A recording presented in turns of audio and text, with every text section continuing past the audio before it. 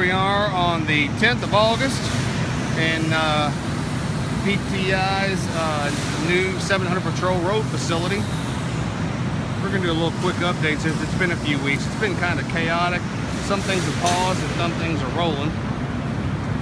We have the drivetrain line is getting about 70%, 80% online. Touch up, final connections, reinforcement, final electric, low voltage wiring, control wiring is going on. And over here is our axle line, and it is complete, and our perforations are through the roof. So the Amiberica work is done, the PCI work is done, the Excel work is complete, the Stemler work is complete.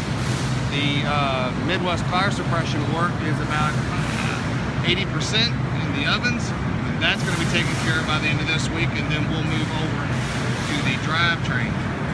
The